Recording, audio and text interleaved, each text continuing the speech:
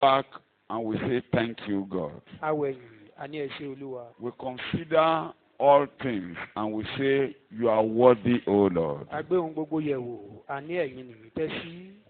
We look up and down. We can only say, thank you, Father. a wò òkè a wò ìsàlẹ̀ ohun tí a lè sọ náà ni pé ẹ ṣé Olúwa. Our heart rejoices. ọkàn wa yọ̀. Our mouth confesses that you are the Lord of Lords. You are the King of Kings.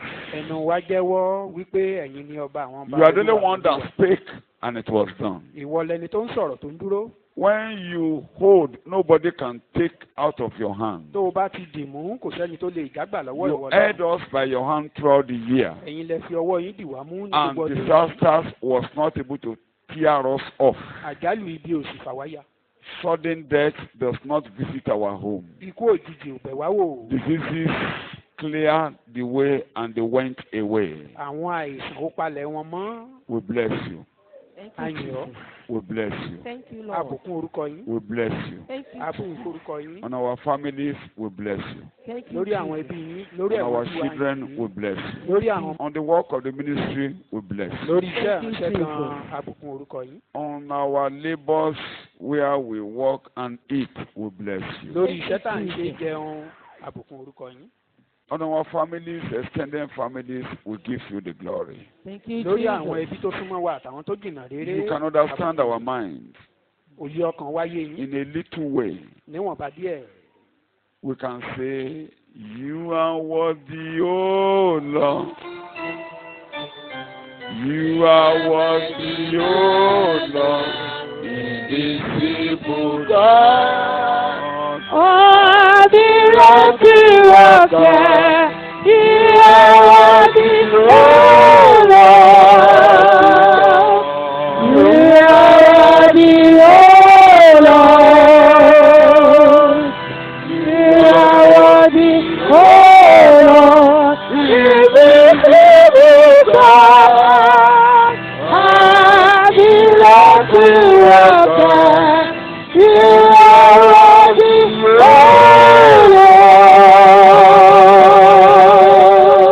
That your grace sustained us tí oore ọ̀fẹ́ yín ló dì wá mú. not to break fellowship with you. láti má yapa kúrò níwájú ẹ̀yin Ọlọ́run àbí We are still in your presence. a wà níwájú yín síbẹ̀. We didn't say bye-bye to the gospel. a juwọ́ sí ìrere pé ó dìgbò ṣe ná. The man who sang that the blood of Jesus will be sufficient changed his mind and he began to say the blood of Jesus cannot save again. ọkùnrin tó kọrin pé ẹ̀jẹ̀ Jésù tó fóun ó tún yí ọkàn padà nígbà ó ṣe torí ìṣòro ayé pé ẹ̀jẹ̀ náà ò tó fóun mọ́. We didn't say that. Your blood is still sufficient. ṣùgbọ́n àwa ò sọ bẹ́ẹ̀ Your ẹ̀jẹ̀ Jésù tó fún wa name is síbẹ̀. our power. orúkọ rẹ̀ ní ilé ìṣọ́ wa That is the only place where we run to. ibi tá a máa ń sá wá sí ní gbogbo We bless you. àbùkún orúkọ yín. Our testimony about the cross has not changed. ẹ̀rí wa nípa àgbélébùú ò yí padà. The testimony we are giving about the resurrection stands firm. ẹ̀rí wa nípa àjíǹde ó dúró síbẹ̀ Despite all odds. pẹ̀lú gbogbo We know you are our Lord, you are our King, you are our life, you are all and all to a mọ̀ us. pé ẹ̀yin ni olúwa ẹ̀yin ni ọba wa ẹ̀yin This ni ohun morning, gbogbo once fún wa. again, láàárọ̀ yìí lẹ́ẹ̀kan sí. visit us. bẹ̀ wá wò Amen. As you have been doing regularly, bẹ́ẹ̀ ṣe máa ń ṣe visit us. lóòrèkóòrè ẹ Amen. tún bẹ̀ wá wò. And we'll bless you. àbùkún orúkọ Amen. yín. We want to end 2018 joyfully. a fẹ́ parí ọdún yìí pẹ̀lú ayọ̀. We have been rejoicing, but do specific things for us that will give us joy in the name of Jesus. a ti ń yọ̀ o ṣùgbọ́n ohun tí à ń sọ ni pé kí ìwọ Ọlọ́run kó o ṣe nǹkan tá a dùn wá nínú lápá wá láyọ̀ lọ́dún kọ́dún yìí tó parí. Olúwa ẹ ṣe Encourage bẹ́ẹ̀. us. ẹ wá Amen. lọ́kàn sókè. In Jesus' name we pray. ní orúkọ Amen. Jésù ní àgbàdúrà. Maybe this will be rounding up my lecture, even though I have 5 points. But maybe this number 4 will be the end of this lecture. ó tilẹ̀ jẹ́ pé kókó márùn-ún la ti kéde lábẹ́ àkòrí ńlá tá à ń wò ṣùgbọ́n ó ṣeé ṣe kó jẹ́ pé ìkẹrin rẹ̀ rí láṣẹ àṣekágbá rẹ̀. And the title for this morning, àkòrí fún or tàárọ̀ the yìí subtitle for this àti morning, àkòrí tó wà lábẹ́ àkòrí ńlá tá à ń wò. God will allow you to see His best. Ọlọ́run á gbà ọ́ láàyè láti rí èyí I tó dára jù repeat, látọ̀dọ̀ He rẹ̀. will allow you to see His best kí á fààyè gbà ọ́ láti rí èyí tó dára jù látọ̀dọ̀ rẹ̀. and make your efforts successful. á sì mú gbogbo akitiyan rẹ yọrí sí rere. God will sustain you and give you the best. Ọlọ́run á dì ọ́ mú á sì fún ọ ní èyí tó dára jù. That's the summary. God will sustain you àkójọpọ̀ gbogbo rẹ̀ ni. and give you the best. bí Ọlọ́run á dì ọ́ mú á ràn ọ́ lọ́wọ́ á sì fún ọ ní èyí tó dára jù. I repeat, mo ti sọ. it will allow you to see its best á gbà ọ́ láàyè láti rí èyí tó dára jù and látọ̀dọ̀ rẹ̀. make your efforts successful. gbogbo akitiyan rẹ á yọrí sí rere. Under the general title, lábẹ́ àkòrí ńlá, God will make up for the bad times with good times, with some good times. bí Ọlọ́run á dípò àwọn ọjọ́ búburú á fi ọjọ́ rere dípò wọn. Thank you very much. God will make up for the bad times with some good times. bí á dípò àwọn ọjọ́ búburú pẹ̀lú ọjọ́ rere. We have been looking at this A ti very ń wò ó. much, and this comes from Psalm 90. orin Dáfídì orí 50 la sì ti ń wò ó. I use the message. I must read verse 15 again in the message. ẹsẹ̀ That's my ìkàndógún title. ibi tá a Before I ti mú go to where I'm àkòrí going yẹn this morning. orin Dáfídì Verse 50 15. ẹsẹ̀ ìkàndógún. Make us glad according to the days in which you have afflicted us. Yes, that is not the message. That is New King James Version. Make up for the bad times Thank with you. some good Make times. up for the bad times with some good times. pé kó o fi ọjọ́ rere kó o fi dípò àwọn ọjọ́ búburú. All the bad times you have seen, God will replace with good times. gbogbo àwọn ọjọ́ búburú tó o ti là kọjá lọ́lọ́run á fi ọjọ́ rere dípò. I took when I started this lecture, I said nígbà tí mo bẹ̀rẹ̀ ẹ̀kọ́ yìí mo lo gbólóhùn kan. Psalm 90 is a song Moses sang, the only song he sang, mo ní ẹyọ orin kan tí Mósè kọ ní orin. and it's a summary of his song in Deuteronomy 33. àkójọpọ̀ orin tó kọ ní ìwé Deuteronomy orí 23. This is the song of God told Moses to sing this song to their hearing. Ọlọ́run sọ fún Mósè pé kọ orin yìí sí etí ìgbọ́ àwọn ọmọ Ísírẹ́lì. So from verses 1 to verse 14 of Psalm 90 is the song of the wrath of God on the people of Israel. láti ẹsẹ̀ ìkíní sí ẹsẹ̀ ìkẹrìnlá ó jẹ́ orin ìbínú Ọlọ́run lórí àwọn ọmọ Ísírẹ́lì. And that song was sung at Kadesh Barnea in the valley of Moab when they were about to enter the land of Canaan. ní Kadesh Barnea ní pẹ̀tẹ́lẹ̀ Moabu nígbà tó fẹ́ wọ ilẹ̀ ìlérí ibẹ̀ náà ti kọ orin yìí sí wọn. When they sent 12 spies to go and spy the land, nígbà tí wọ́n rán àmì 12 lọ láti lọ wo ilẹ̀ and náà. the spies came, some with bad reports, few with good reports. nígbà tán sì dé èyí tó pọ̀ jù nínú wọn wọ́n mú ìròyìn tí ò dáa wá ìròyìn búburú ṣùgbọ́n kékeré nínú wọn ló mú ìròyìn rere wá. And the Israelites decided to go back to the land of Egypt. àwọn ọmọ Ísírẹ́lì wá pinnu pé wọ́n á padà síbi tí wọ́n ti They ń bọ̀. rebelled and they chose leaders for themselves. wọ́n ṣọ̀tẹ̀ wọ́n sì yan olórí fúnra wọn. And God said, you decided to go. You wouldn't go back. You Ọlọ́run will ní wander and perish in the wilderness. torí pé ẹ ti pinnu pé ẹ ń padà pípadà ẹ kúkú nílé padà ẹ kọ̀ máa rìn kiri títí tẹ́ ẹ fi run nínú aginjù. And now from year 21 or 20 years above, all of you will wander and die in the wilderness. gbogbo àwọn tó None ti of you will see the land of Canaan. gbogbo àwọn tó ti lé lógún ọdún nínú gbogbo yín pátá pé kò sí ìta padà kò sí ìta tárí ilẹ̀ ìlérí Your nínú mouth wọn. has said you won't go and you won't go. bí ẹ ti jẹ́wọ́ rẹ̀ pé ẹ̀ nílọ ẹ̀ sì nílọ. But your children, ṣùgbọ́n àwọn ọmọ yín which you are claiming will be a prey for the devil, your children will see the land. àwọn ọmọ yín tẹ̀ ń sọ pé wọ́n á di ìjẹ fún èṣù àwọn gan lárí ilẹ̀ I will náà. make those children to see the land. màá jẹ́ kán rí ilẹ̀ ìlérí So náà all of you now begin to wonder. pé kẹ́wàá máa rìn kiri báyìí. So Moses now began to sing ìgbà náà ni Mósè wá bẹ̀rẹ̀ orin yìí. that God has told, giving them 70 years. pé Olúwa ti fún wọn ní 50 ọdún. If perchance they can reach 80. bóyá nípa orí ọ̀fẹ́ bóyá wọ́n lè pé 100. That is why that song came out. I've explained that. I won't go ohun to tó mú details orin of yìí wá that gan again. nìyí. But when he began to sing, nígbà tó ń kọ orin yìí it got to a point.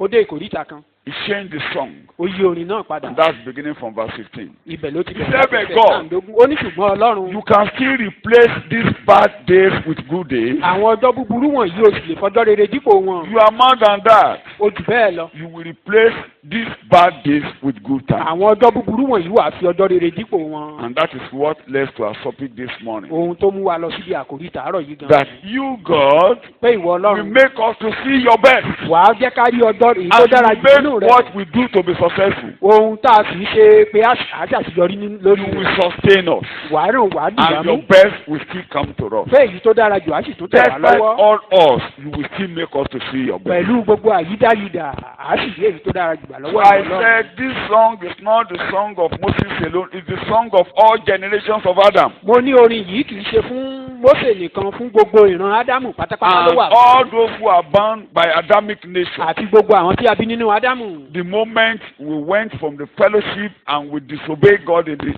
Genesis chapter 3, ní kété tá a ti yapa kúrò lọ́dọ̀ Ọlọ́run tá a ti gbọ́ràn sí Ọlọ́run lẹ́nu. man began to Genesis wander orí kẹta. in the wilderness. ènìyàn wá bẹ̀rẹ̀ sí wọ́n yípo Man nínú was àjùmọ̀. sent out of the place of peace, of the place of rest. alẹ́ èèyàn jáde kúrò níbi àlàáfíà kúrò níbi ìsinmi. And God now proclaim it on man that you are from the dust, and the dust you will return. Ọlọ́run kúkú wá rán ènìyàn létí pé láti inú erùpẹ̀ ló ti wá wàá sì padà di And I erùpẹ̀. wouldn't allow you in this world will be hard for you. pé ayé yìí á wá le fún ọ á le fún ẹ̀yin ènìyàn. When you plant, you can't reap well. pé ohunkóhun tó bá gbìn o You ní kórè. begin to give to children in hardship. nínú ìnira nínú ìpọ́njú lẹ máa tọ́jú ọmọ. And the old causes were so many. gbogbo èpè náà pọ̀ lóríṣiríṣi. At the same time, in that That Genesis is chapter 3, The God Genesis turned chapter back. three, no. He returned to man. Ọlọ́run tún wá padà tọ́ And he ìdílé made wa. the sacrifice. ó wá ṣe He covered man. He covered the nakedness of ó man. wá bo ìhòòhò ènìyàn. God will cover your nakedness. Ọlọ́run á bo ìhòòhò rẹ. Man struggled to cover himself with leaves. ènìyàn tiraka láti fi ewé bo ara rẹ̀. God came and he changed the covering of man to righteousness. ṣùgbọ́n Ọlọ́run sọ̀kalẹ̀ ó wá fi òdodo bo ènìyàn. I will finish you with this leaf. pé nípa ewé yìí màá pa I will yín finish rẹ́. you with this leaf. nípa ewé yìí He now màá pa yín sacrificed rẹ́. and he shed the blood of an animal.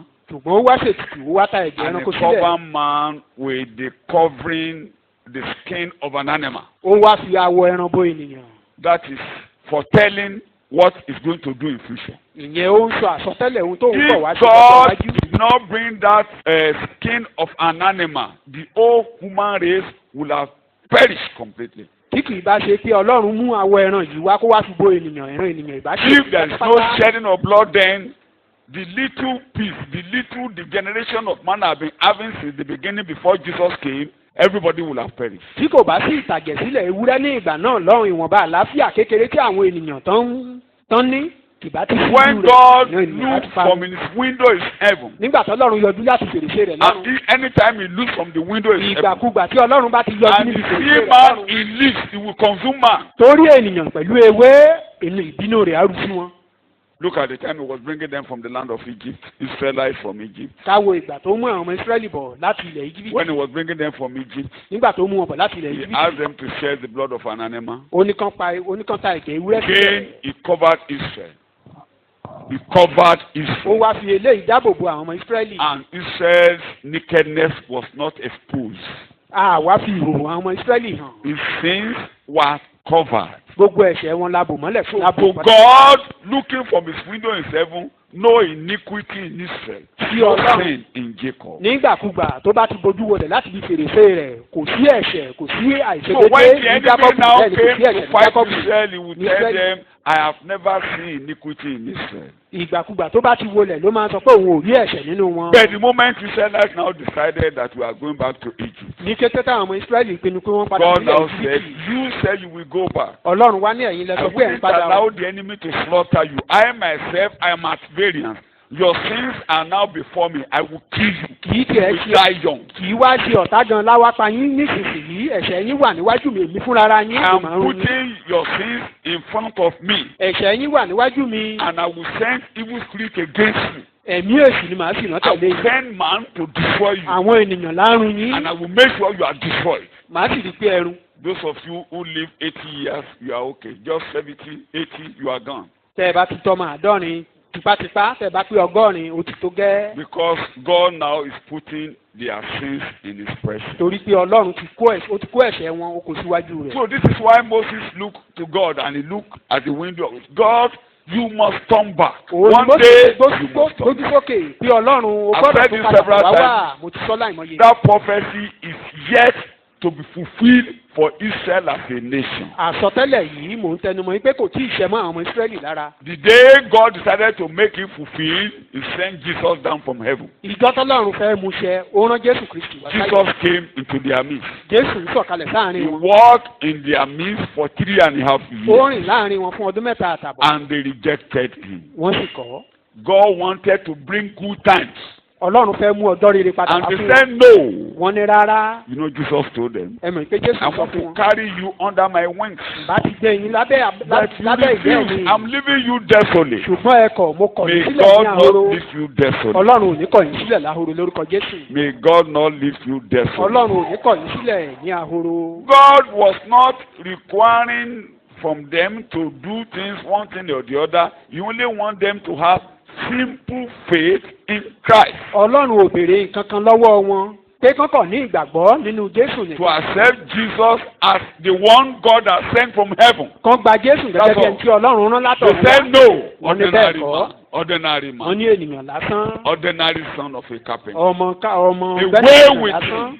kó máa bá tirẹ̀ Away lọ. with him. kó máa bá tirẹ̀ This lọ. one, he can't help us. eléyìí ò lè ràn wá This lọ́wọ́. one cannot solve our problem. eléyìí ò lè yanjú ìṣòro. This one is not sufficient. eléyìí ò tó fún ẹ̀ṣẹ̀ I wa. believe you wouldn't say that this morning. mo mọ̀ pé ìwọ ò ní sọ Say, bẹ́ẹ̀ láàárọ̀. Jesus, you are sufficient for pé me. Jésù ó tó fún mi. Jesus, you are sufficient for me. Jésù ó tó fún mi. You are able to carry my load. o lè gbé ẹrù mi. Your blood can wash me. ẹ̀jẹ̀ rẹ lè wẹ̀ mí. God has sent you to lift me up from the miracle. Ọlọ́run ti rán ọ láti gbé mi dìde kúrò You nínú will olùfẹ́ lift me rẹ̀. up. wàá gbé mi dìde. You will bring me back to God. wàá dá mi padà sí ọ̀dọ̀ God Ọlọ́run. sent you to help me. Ọlọ́run ti rán ọ láti ràn Rise mí on lọ́wọ́. your feet. I Láti can't gbé help lórí ẹsẹ̀ wa. mi ò myself. lè ran ara mi lọ́wọ́. I can't help mi ò myself. lè ran ara mi lọ́wọ́. Jesus, you will lift me up. ìwọ Jésù ni wàá You gbé are mi the only dìde. one that can lift me ìwọ up. nìkan ló lè gbé mi I dìde. cannot help mi ò myself. lè ran ara mi I lọ́wọ́. cannot open doors for myself. mi ò lè ṣílẹ̀kùn fúnra You mi. will give me an open door. ìwọ ló lè ṣílẹ̀kùn fún So mi. I have come to your presence, O mo God. ti wá síwájú Jesus, láàárọ̀. you are the all in all. ìwọ ni ohun gbogbo nínú You ohun have the gbogbo. key, you have the answer. ìwọ ló ní kọ́kọ́rọ́ ìwọ ló ní You have ìdáhùn the sí key, ohun you gbogbo. have the o ní answer. kọ́kọ́rọ́ o ní ìdáhùn sí My ohun gbogbo. faith is looking unto you. My eyes is looking unto you. ìwọ ni mo gbé ojú mi sókè sí. In Jesus' name we pray. ní orúkọ Jésù ni a gbàdúrà. Sit down. Let me quickly go to where I'm going this morning so that I won't. You can ask for the recordings of previous messages. a lè béèrè fún ohun wa tí a ti gbà sílẹ̀ fún àwọn ẹ̀kọ́ tó ti ṣáájú. Say it out with your mouth. God will replace bad times with good times. jẹ́wọ́ rẹ̀ fúnra rẹ̀ pé Ọlọ́run á fi ọjọ́ rere dípò ọjọ́ búburú fún mi. In Jesus' name I pray. ní orúkọ Jésù. Let me read the message. Verse 16, Psalm 90, orin Dáfídì ojú verse ọgọ́rùn-ún 16. ẹsẹ̀ ìkẹrìndínlógún rẹ̀. The message. Let your servant see what you are best at. Take it again. Let your servant see what you are best at. Mm-hmm. The ways you rule and bless your children. Thank you. Let your servant see your best. jẹ́ kí àwọn ìránṣẹ́ rẹ̀ kan rí èyí tí ó dára jù láti ọ̀dọ̀ rẹ̀. That's your confession this morning. jẹ́wọ́ wa láàárọ̀ yìí nìyẹn. Make my effort to succeed. jẹ́ kí ìdáwọ́lé mi kó yọrí sí rere. Chapter 7, verse 17 of that place. Read ẹsẹ̀ verse 17. ìkẹtàdínlógún rẹ̀. Read verse 17. 16. And let the loveliness of our Lord, our God, rest on us. Let the loveliness of our Lord, our God, rest on us, confirming the work that we do. Oh yes, affirm the work that we do. New King James Version. And let the beauty of our Lord our God be upon us, Bẹ́ẹ̀ni. and establish the work of our hands for us. Okay. Yes, Language this morning, you will read it in Yoruba very soon. My language that I want you to confess this morning, which God will do for you this morning. I want to see your best. Mo fẹ́ rí èyí tó dára jù láti ọ̀dọ̀ ìwọ Oh Ọlọ́run. God, let me see your best. Olúwa jẹ́ kí n rí èyí tó dára jù Let me lọ́dọ̀ rẹ. see your best. Jẹ́ kí n rí èyí tó dára jù Let me have lọ́dọ̀ the rẹ. best that you have for me. Èyí tó dára jù tó ní fún mi jẹ́ kọ́wọ́ mi ó I tẹ̀. want to get the best you have for me. Èyí tó dára jù tó ní fún mi ni mo fẹ́ kọ́wọ́ mi Make tẹ̀ my láàárọ̀ yìí. efforts to succeed. Kí gbogbo ìdáwọ́lé mi kó yọrí sí Whatever I rere. lay my hand upon, let it succeed Ohun in the gbogbo tí name mo of bá Jesus. dáwọ́lé kó yọrí sí rere ní orúkọ Jésù. In Jesus' name we pray. Ní orúkọ Let Jésù. Yoruba read to us so that I don't make everything Oyinbo. 16, 17, Psalm. Jẹ́ kí iṣẹ́ rẹ kí ó hàn sí àwọn ọmọ ọ̀dọ̀ rẹ àti ògo rẹ sí àwọn ọmọ wọn. Jẹ́ kí ẹwà Olúwa Ọlọ́run wa kí ó wà lára wa, kí ìwọ kí ó sì fi ìdí iṣẹ́ ọwọ́ wa múlẹ̀ lára wa. Bẹ́ẹ̀ ni iṣẹ́ ọwọ́ wa ni kí ìwọ kí ó fìdí rẹ̀ múlẹ̀. Ó tún sọ nǹkan tó ń bá dáwọ́lé wọ́n ṣe rere. That whatever you lay his hand on will Ew. prosper. N tó dáa jù lọ́kàn rẹ yóò ṣẹ mọ́ mi The lára. best you have in your mind for us will fulfill in my life. In Jesus' name we Ní pray. orúkọ Jésù ni mo gbàdúrà. Before there is a question we want to answer. Ìbéèrè kan wà. Why will God allow us to see His best? Èrèdí wo gan lọ́lọ́run á ṣe Why láyè will láti He rí make èyí tó our dára jù effort to lọ́dọ̀ rẹ̀? succeed? Ìrèdí wo la fi jẹ́ kí ìdáwọ́lé wa kó That's yọrí the sí question rere? we will answer, and I will answer it giving you 5 short points or À ń bọ̀ fún wa ní six points èyí mẹ́fà quickly to answer that question. But before we answer it, ká tó dáhùn ìbéèrè. just one example Àpẹẹrẹ kan péré that God can sustain you. bí Ọlọ́run ó lè ràn ọ́ lọ́wọ́. God will give you His best. Bí Ọlọ́run lè fún ọ ní èyí tó dára. God will make your efforts to succeed. Bí Ọlọ́run á jẹ́ kí ìdáwọ́lé rẹ kó yọrí sí rere. God did that because He brought Jesus from the dead. Ọlọ́run ṣe léyìí torí pé ó gbé Jésù Kristi dìde kúrò In nínú the journey of the Israelites, nínú ìrìn àjò àwọn ọmọ Ísírẹ́lì. Genesis chapter 45, let us look Ìwé at Genesis Joseph. orí Let karùndínláàdọ́ta. us look at Joseph before the people committed this iniquity in the wilderness. Let me pick the languages. Verse 5, 6, 7. Genesis 45. Ìwé Genesis orí karùndínláàdọ́ta. Verse 5, 6, 7. Ǹjẹ́ nísinsìnyí Yes. ẹ má ṣe bínú jẹ́. Do not be grieved or angry with yourself. Yes. Ẹ má ṣe bínú sí ara yín. Yes. Tí ẹ̀yin tà mí sí. Because you sold me here. Nítorí pé for God Ọlọ́run ló rán mi síwájú yín. Sent me before you. Láti gba ẹ̀mí là. To preserve life. Read to verse 7. Láti ọdún méjì yìí. For the famine has been in the land these 2 years. Ní ìyẹn ti ń mú ní ilẹ̀. Ó sì tún kù ọdún 5 sí i. And there are still 5 years. Nínú èyí tí a kì yóò ní ìtulẹ̀ tàbí ìkórè. In which there will be neither plowing nor harvesting. Ọlọ́run sì rán mi síwájú yín. God sent me before you. Láti dá irú ọmọ sífún yín lórí ilẹ̀. To preserve for you a remnant on the earth. Àti láti fi ìgbàlà ńlá gba ẹ̀mí yín là. And to keep you alive. God will preserve you. Olúwa pa yín mọ́. God will sustain you. Amen. God will preserve you. Amen. God will sustain you. Amen. Joseph was sent ahead here. Àrán Joseph síwájú níbí. God has sent Jesus ahead of you. Ọlọ́run ti rán Jésù ṣáájú ìwọ náà. Came, he died. Ó wá, ó sì kú. He took the blood to the altar. Ó sì gbé ẹ̀jẹ̀ lọ And sórí is ìtẹ́. sitting now in heaven. Ó sì ń jókòó lọ́run. He has gone ahead. Ó ti lọ ṣáájú wa. God will preserve you. Ọlọ́run á pa ọmọ. God will sustain your family. Ọlọ́run á pa ẹbí rẹ Verse mọ́. 11. Verse 11. 45. Bẹ́ẹ̀ lè ní òsì máa bọ́ ọ. There I will also provide for you. Nítorí ọdún ìyàn kù 5 sí i. God will provide for you in this land. Ọlọ́run á pèsè fún ọ lórí ilẹ̀ yìí. Like Joseph provided for the Israelites. Gẹ́gẹ́ bí Joseph ṣe pèsè fún Because àwọn God knew what was ahead. torí pé Ọlọ́run ti mọ ohun tó ń bọ̀ lọ́jọ́ God knew what was coming. Ọlọ́run mọ ohun tó ń And bọ̀. he has to send that man ahead. Ó ní láti rán ọkùnrin yìí ṣáájú. That man suffered. He was bound with chains. Ọkùnrin yìí jìyà àfi ṣẹ́kẹ́ṣẹkẹ̀ pa á And lára. God loosed him. Ọlọ́run sì tú sílẹ̀. God released him Ọlọ́run tú sílẹ̀. so that he can preserve life. Kó lè gba àwọn ẹ̀mí And he là. can sustain the Israelites. Kó lè pa àwọn In ọmọ the same Ísírẹ́lì. way, God rose Jesus from the dead Bẹ́ẹ̀ gẹ́gẹ́ náà ni Jésù ṣe jí Ọlọ́run jí To Jésù preserve kúrò you. lókù láti pa wá mọ́. and to provide for you. Láti pèsè fún wa. Your journey in life will be peaceful. Ìrìn àjò wa láyé God will sustain you. Ọlọ́run á pa ọmọ. And He will give you the best of this land. Èyí tó dára jù lórí ilẹ̀ láti fún ọ. Underline my language. The best of this land, God will give it to Èyí you. tó dára jù lórí ilẹ̀ lọ́lọ́run á fi fún wa. Don't compare yourself like the Israelites will never compare themselves with the Egyptians. Má fi Are ara they rẹ̀ the wé same? ẹnikẹ́ni. Bí àwọn Are they the same? ara wọn wé Íjíbítì. The Egyptians were the owner of the land. Àwọn lọmọ onílẹ̀. Àwọn ọmọ Ísírẹ́lì ni àwọn ọmọ Íjíbítì ni ọmọ onílẹ̀. So you can know kings here, you can know unbelievers here who claim they are ọmọ onílẹ̀. That is not, you are not ọmọ onílẹ̀. We are citizens of heaven. What are we? Citizens of ọmọ heaven. ìbílẹ̀ tọ̀run là wá. Bẹ́ẹ̀ni o. ọmọ ìbílẹ̀ tọ̀run ni wá. Philippians chapter 3.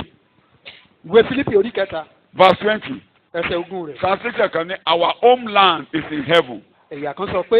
Tá a bá tó bọ́ sí ìbílẹ̀ wa ń bẹ a ò lọ́run. nílùú tí ó wà títí ní. That we don't have. Ebéèrú fún ọ. nítorí ìlú ìbílẹ̀ wa ń bẹ ní ọ̀run. This is not our land. Are you listening to me? Pé kì í ṣe ìlú Àwọn ọmọ tiwa. onílẹ̀ wọ́n lè máa jẹ gígùn The ẹ̀ẹ́dẹ̀rún. landlord may be eating bone but we eat flesh. Má sọ̀rọ̀ ẹ̀dọ́mọ onílẹ̀ o. Don't turn yourself to the landlord. Àwọn ọmọ onílẹ̀ The inú omi náà landlord máa or ń fún wọn o. landowner.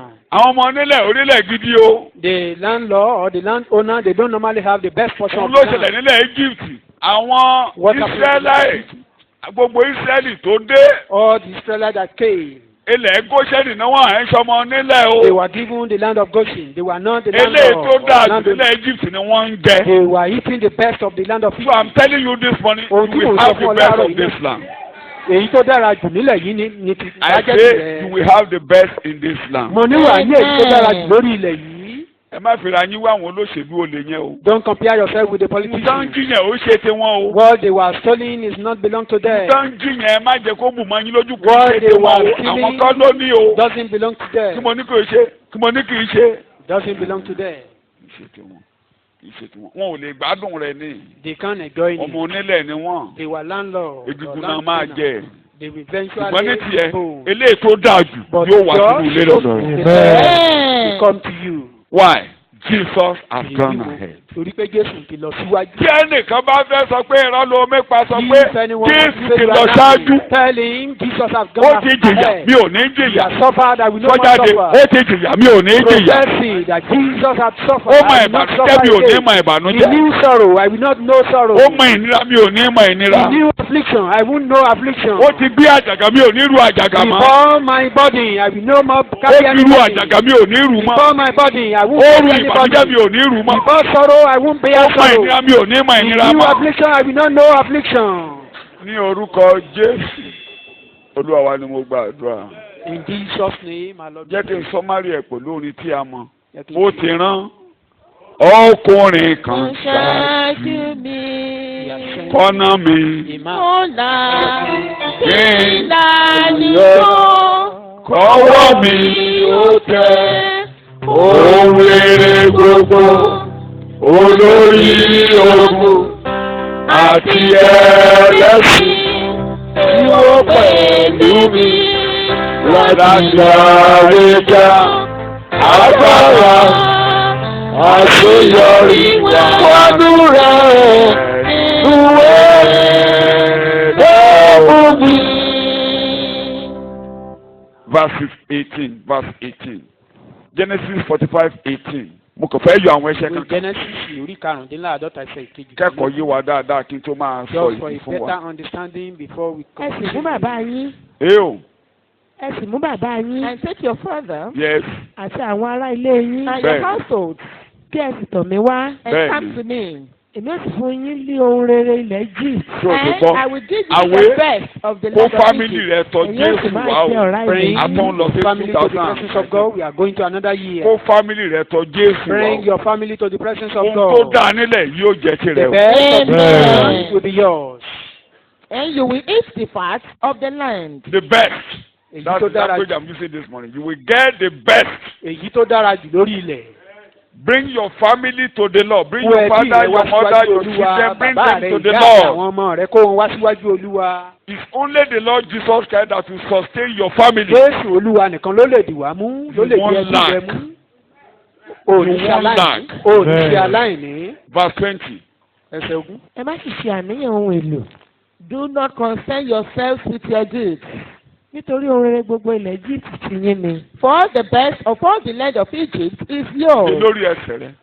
On our feet. gbogbo ilẹ̀ yìí tèmi ni. Everything on this land belongs to me. gbogbo ohun tó dáa jù nílẹ̀ yìí The èmi ló ní. best of this land belongs to torí me. Jésù ti kọjá lọ. Because Jesus has gone Jésù ti lọ ahead. ṣáájú. Because Jesus has gone gbogbo ohun ahead. tó dáa jù the best of this land is Èyí mine. tó dára jù lórí ilẹ̀ yìí The tèmi ni. best of this land Èyí tó dára belongs jù to lórí ilẹ̀ yìí me. tèmi ni. Jésù Olúwa wa.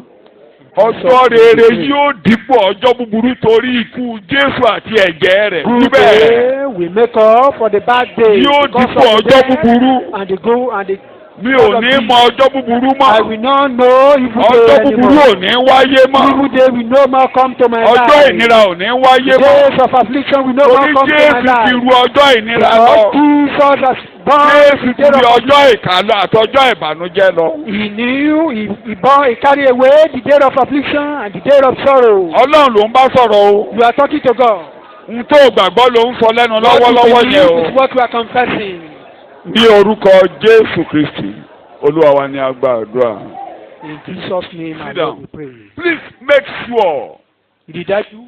let your sins go away from the presence of the Lord. Pé a kó ẹ̀ṣẹ̀ rẹ kúrò níwájú Olúwa. If your sin is not in God's presence, Níwọ̀n you bá- will live long. Kí ẹ̀ṣẹ̀ rẹ ò bá ti sí níwájú Olúwa, ẹ̀mí rẹ̀ á gùn Their fún sins were in the presence of God and they were not able to live long. Ẹ̀ṣẹ̀ wọn wà níwájú Olúwa torí náà a gé ẹ̀mí wọn kúrú. In my personal reading, I finished Jeremiah. This morning, I jumped to Lamentations of Jeremiah. Mo Looking parí at Jeremiah Lamentations nínú of Jeremiah Bíbélì tí mò ń again. yákà. Mo wá wà nínú ẹkún Jeremiah. That man began to sing. How God began to fight them. Ó ló ń bá wọn jà. Ó ló ń bí ẹ̀ṣẹ̀ wọn káwájú. Ó ló ń bínú That God torí ẹ̀ṣẹ̀. was furious because of their sin. Ó nílé wọn dahoro. Their home Ó bẹ̀rẹ̀ become sí ń pàtó. desolate. Bí àwọn ọmọbìnrin ṣe ń jọ He ọmọ was wọn. telling the story how women wọ́n were ṣe ń tọrọ consuming their jíjẹ. children, how they were begging for food, Bí ẹwà Ísírẹ́lì ṣe dà. how the beauty of Israel become Ó vanity, kọrin yẹn. Gbogbo bí tẹ́ḿpìlì ṣe dasán. how the temple ṣe tú become wọn ká. desolate, how they were scattered. Ó lóò fi gbogbo ìbínú rẹ̀ kọlù wá nítorí Then ẹ̀ṣẹ̀. you smite them with all Àwẹ̀. your blood because of sin. Jẹ́ ká mẹ́ṣẹ̀ kó lóríwájú rẹ̀. Let sin be removed from you. Ó lóò gbójú sẹ́gbẹ̀ẹ́. You look Ó lóò rán sideways, tafàtafà rẹ̀. and your asher, Àwẹ̀ you send your tí asher. ẹ̀ṣẹ̀ rẹ̀ tó bá wà níwájú Ọlọ́run. If your sin is are in the presence of God, Mo tútù sọ. I repeat, Ohun mẹ́ta lọ́lọ́run máa rán sí ọ. God will send three things to you. Èkéní, One, á rán èèyàn búburú lé ọ lẹ́yìn. He will send evil people or wicked Àwọn tó yẹ kó people. ṣe ọ èèyàn á máa ṣe ọ níkà. People will be wickeding you. Àwọn èèyàn á máa gbógun tì ọ́. They will be waging war against you. Àwọn èèyàn á múlẹ̀ ayé le They fún will ọ. make this war to be very difficult. Èkejì, á rán ẹ̀mí èṣù níṣẹ́. You will send evil spirits. Àwọn ẹ̀mí á máa lé ọ kiri. The spirit will be pursuing you. Wà á máa lálàkàlà. Bad dream. Wọ́n á máa ṣèpàdé nínú afẹ́fẹ́, wọ́n á ṣèpàdé nínú Holding ìdímọ̀ lórí. meeting against you. Àjẹ́ àjẹ́ ọ́. Wishes. Àwọn to èmèrè see you. akótì ọ́. The familiar spirit will be after you. Ìkẹta, Thirdly, á rán olùfisùn á lọ síwájú Ọlọ́run. and the accuser. Á máa rán Ọlọ́run létí pé will ó be rí ẹ̀ṣẹ̀ reminding níwájú God, ẹ̀mí. don't you see sin? Bó o lọ orí òkè méje, If you go, ó rí ẹ̀ṣẹ̀. you go to 7 mountains, don't you see Bó o wẹ omi àdúrà mẹ́ẹ̀ẹ́dógún, even ó bad rí ẹ̀ṣẹ̀. hundreds of streets, Ó rí ẹ̀ṣẹ̀. don't you see the sins? Olùfisùn àdúró báyìí. The accuser will be standing. Á ní wo ẹ̀ṣẹ̀. Look at his sins. Ó rí ẹ̀ṣẹ̀ Ọlọ́run. God, you don't normally Ó see. rí ẹ̀ṣẹ̀ ọmọ yìí ni. Don't you see the sins of this boy or girl? Àwa máa ka sí Ọlọ́run. You'll be counting your sins. Bẹ̀ tí o bá ti lọ sásọ̀dọ̀ Jésù, Once you are with God or Jesus, kó o gbẹ́kẹ̀lé ẹ̀jẹ̀ Jésù, trust in the blood of Jesus. kó o yọ̀ǹda You surrender. pé mi ò lè gbára mi But lọ́wọ́ I can't ẹ̀ṣẹ̀, deliver myself mi from ò lè ránra mi I can't lọ́wọ́. help myself. Mo kó wá sí ọ̀dọ̀ rẹ, I brought them to you kó o dẹ̀ fílẹ̀ bẹ́ẹ̀, and leave it kó o there bẹ̀bẹ̀ fún oore ọ̀fẹ́ tó o fi máa gbé and lẹ́yìn ìgbà tó bá beg ti for kó the o bẹ́ẹ̀. grace. to live in the tó bá presence ṣe ń of God. jáde níbẹ̀. One, as you are going Ẹ̀jẹ̀ out of that Jésù place, awọ ẹ̀ṣẹ̀ kì í ṣe The pé ó máa bó blood mọ́lẹ̀ of Jesus awọ ẹnu pátápátá. will blot away all your sins. Tí a bá ti Not wá that awọ you ẹnu cover it. pátápátá After blotting them away, kò sí nǹkan tó lùfisùn máa sọ fọ́lọ́run mọ́. accuser will have no Bí excuse. ẹnikẹ́ni bá wá rí ọ pé lẹ́yìn ìgbà tá a wọ ẹ̀ṣẹ̀ rẹ nù pé After your sin has been washed away, kò ṣe dáadáa tó bá if lọ wájú anyone wants to Olúwa. accuse you that is not doing well, Ẹnìkan go wà to the presence of God. There bẹ́ẹ̀ is tó a máa person dúró here. pé o ò lẹ́jọ́ Someone jẹ́. is there that you have no case to answer. Kí lorúkọ ẹni tó máa sọ bẹ́ẹ̀? Who is Jésù that? olùgbà. Jesus. A ní ọmọdé ò ṣe kí ni kò That lẹ́jọ́ jẹ́. This boy has no case to answer. So, èèyàn búburú ò ní gbogbo ẹni tó bá wá dìde sí ọtọ́ lọ́wọ́ wọn Anyone níṣẹ́ that now á rises up jẹ̀bi against lórí you, ọ̀rọ̀ rẹ̀. sent not by God, will be guilty on your case. Èèyàn búburú ò ní gbógun tì ọ́ mọ́. Evil people will no more wage war against you. Òun ló fi bẹ́ẹ̀ ni o gbúdọ̀ bẹ́ẹ̀ ni kẹ́ni tó bá dìde sí ọjà. That is why you Tó máa ń gbógun you don't tì need to ọ́ fight anyone yọnu that is waging tó war lọ́lọ́run ò against you. rán wọn. They are Irun orí rẹ̀ ò ní bọ́lẹ̀. because God is sent Ọlọ́run them. ò rán wọn A níṣẹ́. single hair of your head will not fall Jẹ́ because ká mú God is ẹ̀ṣẹ̀ sent kó them. lórí orúkọ rẹ̀. Let sin be taken away from your name. Tíyẹn bá ti kúrò, Once that happens, you will have the best in this èyí land. tó dára jù lórí ilẹ̀ yìí á jẹ́ tìrẹ. Ọlọ́run ti yí ojú rere padà. God has changed Nínú ojú rere ló máa gbélé ayé. that will be living this world in His Ọlọ́run ò favor. kọ̀yìn sí wa God is mọ́ no o. more backing us again. Ó kọ̀yìn sí Ísírẹ́lì ní aginjù. About the Israelites Ó ní kí iná máa run he said they will be pátápátá. ruined totally. Ọlọ́run ò kọ̀yìn sí wa mọ́. God is no more backing us. Tí wọ́n bá ti kọjú sọ́lọ́run Once báyìí, you face God, Ọlọ́run á ṣojú rere sí ọ. God will show favor unto you. Lórí ilẹ̀ yóò dáa fún ọ. Upon this land, it will be well with you. 6 points quickly. Kókó mẹ́fà kéékèèké. Why you will have the best from God. Ìdí tí wàá fi ní èyí tó dára jù láti ọ̀dọ̀ Ọlọ́run.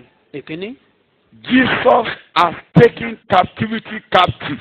Pé Jésù ti di ìgbèkùn ní ìgbèkùn. The person holding your hand, Ẹni tó ń di ọwọ́ rẹ mú. not to pick the best, somebody is holding your hand. Ẹnìkan ń di ọwọ́ rẹ mú pé ò ní lè mú èyí tó dára jù. Jẹ́ kí n sọ báyìí nínú ìwé Aláwìyé. Let me put it this way. Mi In ò rántí the, Aláwìyé ọ̀hún mọ́. one of the Yoruba book in those days, Ẹnìkan ń jẹun báyìí, someone was eating. ẹnìkan di ọwọ́ rẹ̀ mú. Another man Ṣé held his ẹni rántí hand. ẹ̀yin tó kà á? Ẹni tó yẹ oúnjẹ tó yẹ kó jẹ. What he's supposed to eat, Ee o, ó ń gbà lọ́wọ́ rẹ̀. he was taking it from him. Ìgbèkùn nìyẹn. That is captive. Ísírẹ́lì tá ń kà lẹ́ẹ̀kan. Israelites Wọ́n were lé taken wọn nílé lọ together. sí ìgbèkùn. They were taken Wọ́n to lé wọn captivity. kúrò níbi ire They wọn. were sent out Wọ́n lé of wọn their kúrò good níbi place. They ayọ̀. were sent away from their own. Ẹnìkan ló dúró pọ́wọ́ rẹ̀ ò ní tẹ́rẹ́. Someone stood by Ẹnìkan them ló that dúró pé ohun tọ́lọ́run kọ ò ní ṣẹ mọ́ ọ lára. someone stood by you that the plan of God will not be fulfilled in your Éfésù life. orí ìkẹrin. Ephesians chapter 4. Ẹsẹ̀ yẹn nìkan náà ni mo máa kà. Just that verse Ẹ lè kọ̀ alone. yókù lẹ̀. Ẹsẹ̀ ìkẹjọ. Verse 8. Ẹ̀ẹ́kàdé ìkẹwàá. Ephesians 4, 8 to 10. Ọ̀yà torí mo kàn ní. nítorí ó wí pé Ó wí pé nígbà tí ó gòkè lọ sí ibi gíga Jésù gòkè lọ síbi tó ga. ó Jesus, ti Ibi tó ìgbèkùn ga ní lọ́dọ̀ ìgbèkùn. Ọlọ́run ibẹ̀ la kórè rẹ sí. Ire rẹ ò sí nílẹ̀ sọ́bẹ̀. Ire mi ò sí nílẹ̀. your good Ire mi bẹ lọ́dọ̀ Ọlọ́run. is in the blessings of lọ́dọ̀ God. Ọlọ́run. Ire mi bẹ níbo lọ́dọ̀ My Ọlọ́run. goodness is on the land. It's in the blessings of God. Therefore, it is said, Yes. when he ascended on high, Yes. he led captivity captive. Ẹ̀hẹ́n. He led a train of vanquished bulls, Tí o ti gbọ́. and he bestowed Gbogbo ọ̀tá pátápátá. All enemies. Ó ń kẹ́wọ̀n sí wọn lọ́wọ́. He changed them. Ẹni tó sọ pé ọwọ́ rẹ ò ní tẹ́rẹ́. Ó ti wà ní ìdè. saying your hand will Kí mo ló not ṣe? be your good place. Ee. Now in shame. Kí Jésù ó tó lọ sókè. Before Jesus Ó sọ̀kalẹ̀ lọ bá wọn he nílé. descended down. Ṣé ló lọ ká ọ̀tá mọ́lé? He Kí mo ló ṣe? gave Ilé enemy ibi tí èsì ń gbé gàgàgàgà ló lọ. where Satan dwells. Àwọn ọmọ Ọlọ́run kan wà There are some tó yẹ children of kán God lọ lé ògo. that are supposed to have ascended to A the dè throne wọ́n of mọ́lẹ̀. God. They were chained down. Ó lọ bá wọn níbẹ̀. He went there. Ẹgbẹ́ orí yín sókè wọ́n ní ta Lift ló ń up your sọ̀rọ̀ head. wọ́n They láwọn said, ní "Who is baálẹ̀. that?" And they said, Ẹ̀yin "They are baálẹ̀, the ó Lord." ní mi Olúwa ọba ògo ló ń He sọ̀rọ̀. said, "I'm the God of Èmi glory." Olúwa ọba ògo ló ń The sọ̀rọ̀. God of glory is Wọ́n talking. ní ta lẹni náà. He said, Ó "Who lẹni is tó lé ní ipá àti agbára. Then he that is Kí á ní ilẹ̀ strong kú and sí. mighty. And the Shout God was faithful in his hallelujah. own accord. Eke hallelujah.